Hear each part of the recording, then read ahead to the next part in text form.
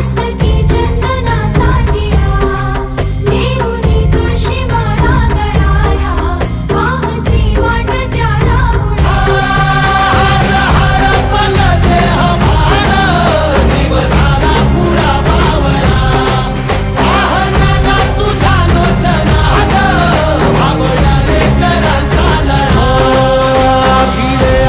म्हणती ध्वजा वैष्णवांची उभी पंढरी आज नादावली